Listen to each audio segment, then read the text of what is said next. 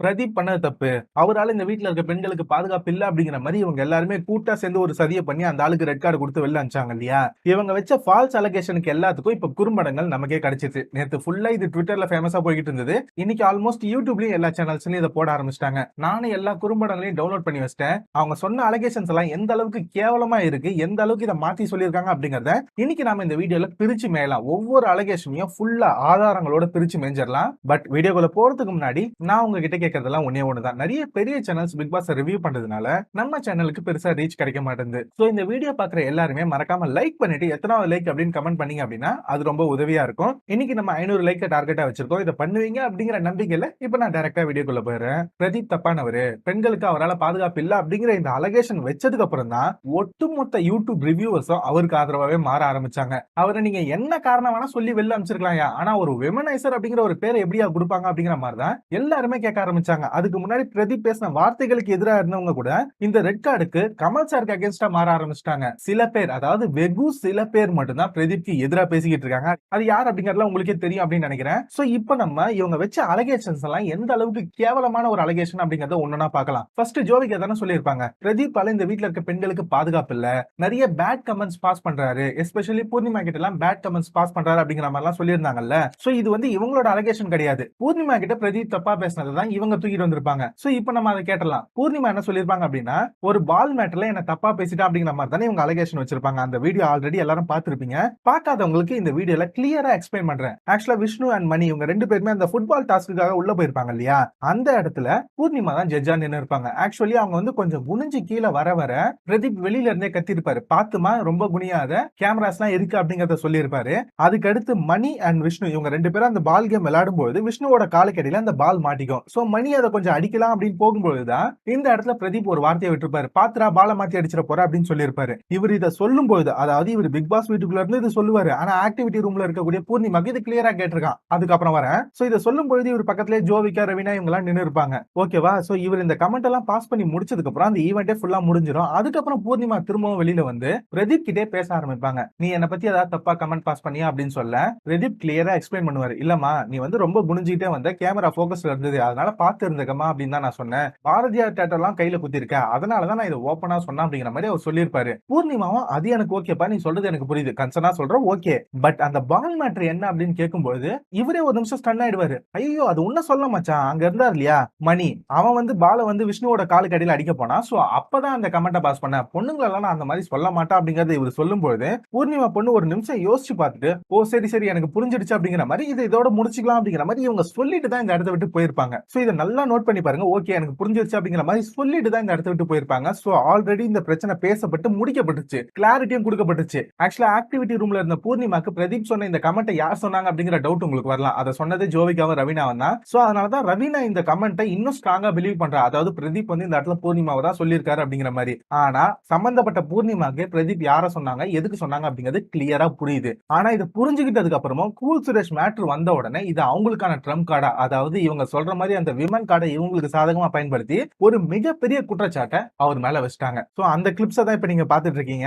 இதுல காமெடி என்ன அப்படின்னா, இவங்க வச்ச அலிகேஷனுக்கு இவங்களுக்கு சப்போர்ட்டா இந்த இடத்துல விஷ்ணு நின்று இருப்பாரு. ஆனா இன்னைக்கு விஷ்ணு என்ன சொல்றாரு அப்படின்னா, லைவ்ல பாத்துருந்தீங்க அப்படின்னா, இது எங்கேயோ ஆரம்பிச்சது, கூல் சுரேஷோட விஷயத்துல ஆரம்பிச்சு இது எப்படி இப்படி போச்சு, ஒருவேளை நானும் தப்பு பண்ணிட்டேனோ அப்படிங்கறது அந்த மனுஷன் இப்ப ஃபீல் பண்றாரு. டேய் இப்ப ஃபீல் பண்ணி என்னடா பண்றது, ஒரு மனுஷனுக்கு ரெட் கார்டு கொடுத்து வெளில அனுப்பிச்சிட்டீங்க, இதுக்கு மேல என்ன பண்ண முடியும் அப்படிங்கிற மாதிரி தான் நமக்கு தோணுது. ஆனா இப்பவாது புரிஞ்சுதே அப்படிங்கிற மாதிரி ஒரு 10% ஓகே அப்படின்னு தோணுது, அவ்வளவுதான். சோ இந்த இடத்துல பூர்ணிமா வச்ச அலிகேஷன் தப்பு, இவங்க இதை பிளான் பண்ணி தான் பண்ணிருக்காங்க அப்படிங்கிறது கிளியரா புரியுது. அடுத்து மாயாவோட கேஸுக்கு வரலாம். அவங்க கிளியரா சொல்லுவாங்க, எனக்கு பிரதீப்க்கும் எந்த பிரச்சனையும் இல்ல சார், நான் வந்து அவர்கிட்ட சேஃபா தான் இருக்கேன் சார், ஆனா இங்க இருக்க மத்த பெண்கள் கிட்ட அவர் தப்பா கமெண்ட் பாஸ் பண்றதை நான் பாத்திருக்கேன் சார் அப்படிங்கிற மாதிரி பூர்ணிமாவோட கேஸ் தான் இவங்களும் இந்த இடத்துல கோட் பண்ணி சொல்லியிருப்பாங்க. சோ ஆக்சுவலி பூர்ணிமாவோட கேஸ் தப்பு அப்படிங்கறத முன்னாடியே நம்ம உடைச்சிட்டோம். இப்ப மாயாவோட கேஸுக்கு வருவோம். அவங்க வந்து என்ன சொல்றாங்க, பிரதீப்னால எனக்கு பயம் இல்ல அப்படின்னு தானே இங்க சொன்னாங்க. ஆனா இன்னைக்கு பிரதீப் வீட்டுக்குள்ள இருந்தா எனக்கு பயமா இருந்தது, அவன் நான் வெளியில போனாலும் என்ன எங்கேயாவது வந்து ஏதாவது பண்ணிடுவானோ அப்படிங்கிற மாதிரி பயமா இருக்கு அப்படிங்கிற மாதிரி திரும்ப வளர ஆரம்பிச்சிருப்பாங்க. அதாவது பிரதீப் வந்து ஒரு கொலகார ரேஞ்சுக்கு பேசிக்கிட்டு இருப்பாங்க. சோ இவங்க ஃபால்ஸ் அலிகேஷன் வச்சுட்டு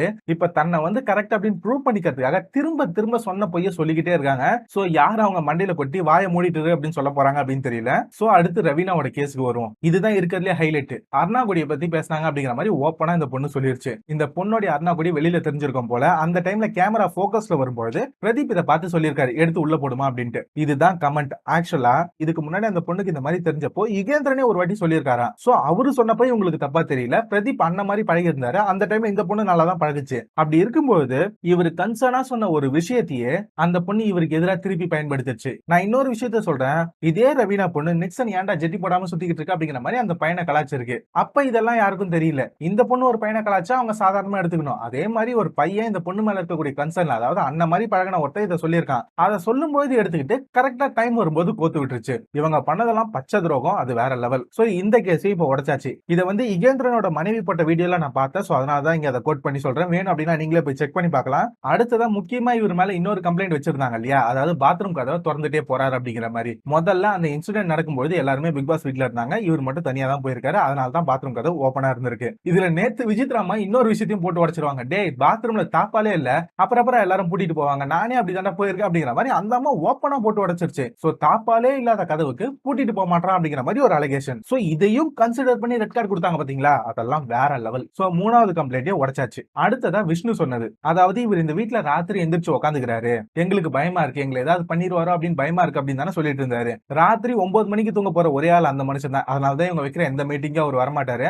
அப்படி தூங்குறவனை இவங்க குசு குசுன்னு பேசி எழுப்பி விட்டா அந்த மனுஷன் என்ன பண்ணுவாரு? அதனாலதான் இவங்களை மிரட்டணும் அப்படிங்கிறதுக்காக காலையில 5 மணிக்கு எந்திரிச்சு சூட்கேஸை சும்மா சும்மா பேக் பண்ணிட்டு இருக்கேன் அப்படிங்கறது இவரே ரவீனா கிட்ட ஒரு வாட்டி சொன்னாரு. அது இந்த ரவீனா பொண்ணுக்கு நல்லாவே தெரியும். ஆனா அதெல்லாம் வெளிப்படையா சொல்லாது. சோ இவங்க வச்ச முக்கியமான 3 அலிகேஷனையும் இந்த இடத்துல நம்ம உடைச்சாச்சு. அதாவது லைவா பார்த்த மக்கள் வீடியோவா எடுத்து போட்டதுனால இது எல்லாமே எல்லாருக்கும் இப்ப தெரிஞ்சிருக்கு. இந்த அளவுக்கு பேசிக்கான ஒரு இன்வெஸ்டிகேஷன் கூட பண்ணாம ஒரு பொண்ணு கம்ப்ளைண்ட் பண்ணிட்டா அப்படிங்கிற ஒரே காரணத்துக்காக ஒருத்தருக்கு ரெட் கார்டு கொடுத்து வெளியில அனுப்பிச்சது ரொம்ப ரொம்ப ரொம்ப தப்பு. சோ யூடியூபர்ஸும் சரி மக்களும் சரி இவங்க எல்லாருமே எல்லா கிளிப்பிங்ஸையும் எடுத்து போட்டு இதுதான் உண்மையா நடந்தது அப்படிங்கிற மாதிரி சொல்லிக்கிட்டு இருக்காங்க. இன்னைக்கு பிரதீப் அவரோட ஹேஷ்டேக்ல என்ன போட்டிருப்பாரு அப்படின்னா, தீர விசாரிப்பதே மெய் அப்படின்னு சொல்லிட்டு கமல் சாருக்கு ஹாப்பி பர்த்டே அப்படின்னு போட்டிருப்பாப்ல. ஒருத்தன் தப்பு பண்ணல, அதனாலதான் தெளிவா இந்த மாதிரி வெளியில வந்து ட்விட்டர் போட்டு ஜாலியா சுத்திக்கிட்டு இருக்கான். உள்ள இருக்கிறதுங்க எல்லாம் தப்பு பண்ணிருக்குங்க, அதுங்க தப்பு பண்ணிருக்கு அப்படிங்கிறது அதுங்களுக்கே தெரியுது. சோ அதனாலதான் என்னைக்கு இந்த உண்மை வெளியில வந்துருமா அப்படிங்கிற மாதிரி உள்ள பயந்துகிட்டு இருக்குங்க. சோ இந்த வாரம் மட்டும் உரிமை குரலை விஜித்ராவோ இல்ல அர்ச்சனாவோ தூக்கிட்டாங்க அப்படின்னா மாயா அண்ட் பூர்ணிமாவோ வச்சு செஞ்சிருவாங்க.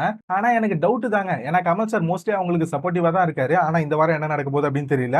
ஆனா கண்டிப்பா இந்த பிரச்சனை பேசப்படும் அப்படிங்கறதுல மட்டும் டவுட்டே இல்ல. சோ இதுதான் பிரதீப் மேல வச்ச அலிகேஷன்ஸ். இது எல்லாத்தையுமே தப்பு அப்படின்னு நம்ம உடைச்சாச்சு. இதை தாண்டி அவர் கெட்ட வார்த்தை பேசுறாரு அப்படின்னு சொல்லி அவருக்கு ரெட் கார்டு கொடுத்தாங்க அப்படின்னா இவர் கூடவே சேர்த்து அந்த வீட்டுல இருக்க மாயாக்கும் கொடுக்கணும், நிக்சனுக்கும் கொடுக்கணும். ஆக்சுவலி நிக்சன் தான் ஹைலைட். பெண்களுக்கு இவரால பாதுகாப்பு இல்ல அப்படின்னு சொல்லி உரிமை குரல் தூக்கினார் இல்லையா, அவரால் தான் ஆக்சுவலி அந்த வீட்டுல இருக்க ஐஷு பொண்ணுக்கு பாதுகாப்பே இல்ல. நேத்து கூட வேட்டிக்குள்ள கை விடுறான் அப்படின்னு சொல்லிட்டு அந்த பைபிள் எங்க எல்லாம் கை வச்சது அப்படிங்கிறது எல்லாருக்குமே தெரியும். லிட்டரலா ஐஷு பொண்ணு நேத்து மிரண்டுருச்சு. பட் இதெல்லாம் யாரும் கேட்க மாட்டாங்க. ஏன்னா இவரெல்லாம் உத்தமர், இவரெல்லாம் உள்ள இருக்க வேண்டியவர். அதனால இவரெல்லாம் விட்டு வச்சிருவாங்க. இவரால பெண்களுக்கு ரொம்ப பாதுகாப்பு. சோ இத பிக் பாஸ் டீம் கேட்கல அப்படின்னாலும் எல்லா யூடியூபர்ஸ் எல்லா சோசியல் மீடியா இன்ஃபுளுன்ஸும் கேட்க ஆரம்பிச்சிட்டாங்க. எல்லாருமே பின்னி பெடல் எடுக்க ஆரம்பிச்சிட்டாங்க.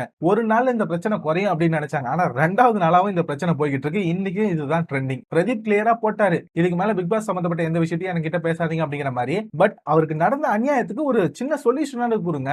இல்ல இவர் உண்மையாவே பெண்கள் கிட்ட தப்பா நடந்திருக்காரு, அந்த வீடியோவை பிக் பாஸ் டீமோ கமல் சார் மட்டும் தான் தனியா பார்த்துட்டு இந்த முடிவை எடுத்திருக்காங்க அப்படின்னா அட்லீஸ்ட் அந்த வீடியோவை ஒரு எவிடன்ஸாவது போட்டு காமிங்க. அதை காமிச்சுங்க அப்படின்னா எல்லாருமே ஒத்துப்பாங்கல்ல. பட் அந்த மாதிரி வீடியோ இருக்கா இல்லையா அப்படின்னு தெரியல. இருந்தது அப்படின்னா இந்நேரத்துக்கு பிக் பாஸ் டீமே அதை யூடியூப்ல போட்டிருப்பாங்க. பட் இல்ல அப்படின்னு தான் நினைக்கிறேன். சோ இந்த வார சனிக்கிழமை இதுக்கு தீர்வு கிடைச்சே ஆகணும். இல்ல அப்படின்னா ஆடியன்ஸ் வச்சு செஞ்சு விட்டுருவாங்க. ஏன்னா பொதுமக்களே பிரச்சனையில இறங்கிட்டாங்க.